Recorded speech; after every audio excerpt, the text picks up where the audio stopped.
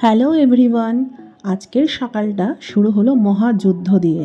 সারা রাত এত বৃষ্টি হওয়ার জন্য এমনিতেই কারেন্ট নেই, তারপরে পুকুর থেকে এসেছে এত বড় বড় মাছ। এই মাছ দেখে তো মাথা খারাপ যে কাটাকাটি হবে কি করে। যাই হোক, ফাইনালি লিলিহাবি আসলো, কোনো রকম করে যুদ্ধ করে মাছগুলোকে কাটা হয়েছে। আমাদের পুকুরের মাছ খুবই টেস্টি হয়। যাই হোক, গাছের সজনা কটা ছিল, সজনাগুলো পাড়াই হচ্ছিল না, এত উঁচুতে রয়েছে বলে ফাইনালি আজকে সজনাগুলো কিছুটা ভাঙলাম। আজকে সজনা দিয়ে মাছ করব। তো আমি তো ভীষণই ভালোবাসি। যাই হোক, ছেলে খুব একটা পছন্দ করে না, কিন্তু আজকে আমার পছন্দেই রান্না হবে। মাঝে মাঝে নিজের পছন্দটাকেও কিন্তু প্রায়োরিটি দেওয়া দরকার। এই মাছ যাই হোক, ভাবলাম যে কিছুটা ফ্রিজে স্টোর করে দেব, কিন্তু উপায় নেই, কারেন্ট নেই, আর কখন লাইন আসবে তারও কিন্তু ঠিক ঠিকানা নেই। সকালবেলা যা যুদ্ধ হয়েছে, একে কারেন্ট নেই, তারপরে আবার জলও শেষ, ট্যাঙ্কে জল নেই, কারেন্ট নেই করে মানে প্রলয় হয়েছে সকালবেলা। যাই হোক, ফাইনালি সব মাছ কাটা হয়ে গেল। মাছগুলো কোনো রকম করে ভাজাভাজি করে রেখে দিলাম। যাই আজকে যেহেতু একদম টাটকা সজনে দিয়ে টাটকা মাছ রান্না হবে, তো সজনে ডাঁটাটাকে ভালো করে ধুয়ে পরিষ্কার করে নিয়ে কড়াইতে অল্প করে তেল নিয়ে আমি একদম পাতিভাবে রান্না করব, কারণ খুব একটা রিচ খাবার আমার পছন্দ লাগে না। তো এদিকে হচ্ছে মুগ ডাল দিয়ে করব হচ্ছে মাছের মাথা।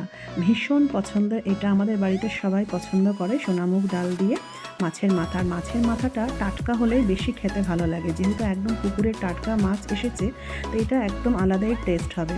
এদিকে হালকা করে আদা রসুন বাটা দিয়ে একটু পেঁয়াজটাকে হালকা ফ্রাই করে নিয়ে কষিয়ে নিচ্ছি। এখানে মশলাটা লঙ্কার গুঁড়ো, ধনের গুঁড়ো, জিরের গুঁড়ো যা যা দিতে হয় সেটা দিয়ে আমরা এখানে মাছের মশলাটা কিন্তু কষিয়ে নিচ্ছি। এদিকে মশলাটা একটু কষানো হোক, তার মাঝে একটু ঘরের বাকি কাজকর্মগুলো সেরে নিচ্ছি। কারণ এই যে বাড়িতে রয়েছে একটা ছেলে, সে যে এমন ঘর নোংরা করে, যাই হোক, আমার ঘর দুয়ার নোংরা একদমই ভালো লাগে না। তো সেগুলো কাজকর্ম সারতে সারতে এদিকে মাছের মশলাটা কষানো হয়ে গেছে দেখছি। এদিকে ফাঁকতালে একটুখানি সজনে ডাঁটাটাও দিয়ে আলুটা দিয়ে হালকা করে আর একটু কষিয়ে নেব।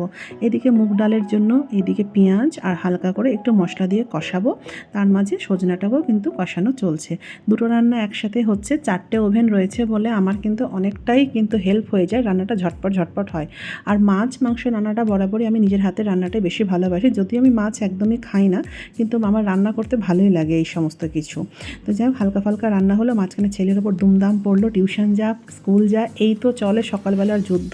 আর এতগুলো কাজকর্ম সামলিয়ে দিয়ে নিজের শপে যাওয়া, নিজের ব্যবসা দেখা, উফ কী যে সকালবেলার যুদ্ধ চলে, মানে বলে বোঝানোর নয়। এরকম তোমাদের বাড়িতে কার কার এরকম যুদ্ধ চলে সকালবেলা মর্নিংটা, অবশ্যই তোমরা কিন্তু কমেন্টস করে জানাবে।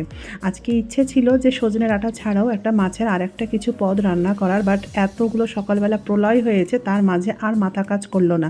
রান্না করতে এসে দেখি যে আদা রসুন বাটাটাও শেষ হয়ে গেছে, সেটাকেও নতুন করে আবার বানাতে হয়েছে। যাই হোক, গরম মশলা দিতে ভুলে গেছিলাম, তো একটু গরম মশলার গুঁড়ো দিয়ে দিলাম।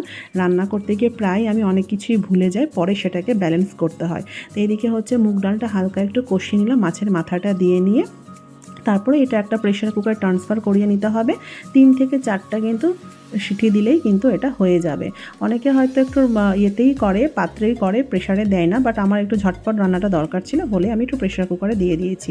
এদিকে ঢাকনা তুলে দেখলাম সজনাটাও কিন্তু সিদ্ধ হয়ে গেছে, সাথে আলুটাও একদম সেদ্ধ হয়ে গেছে। তো মাছগুলো আমি এখানে দিয়ে দিলাম। আর একটু হালকা মাছটা আমি লাস্টের দিকেই দিই, কারণ আমার প্রথম দিকে মাছ দিলে মাছটা একটু গলে গলে যায়, তো আমার সেটা ভালো লাগে না। মাছ আমি একদম কড়া করেই ভাজি, আর লাস্টের দিকে মাছটা না দিয়ে হালকা করে একটু স্লো করে রেখে দিই, আর সাথে একটু ভাজা মশলা ছাড়িয়ে দিলাম। ব্যাস, আমার এখানে সজনে ডাঁটা দিয়ে মাছ একদম রেডি হয়ে গেছে। আর এরপরে আমি দেখছি এখান থেকে কিন্তু মুগ ডালটাও একদম রেডি হয়ে গেছে। এই ডালটা আমি ভীষণ ভালো রান্না করি, যারা যারা আমার হাতে খেয়েছে তারা জানে যে আমি কতটা ইয়াম্মি অ্যান্ড টেস্টি বানাই। তো ভীষণ ভালো হয়েছিল আজকের রান্নাগুলো। এতক্ষণ ধরে তোমরা ব্লগটা দেখেছো, তার জন্য অনেক অনেক ধন্যবাদ। Thank you for watching.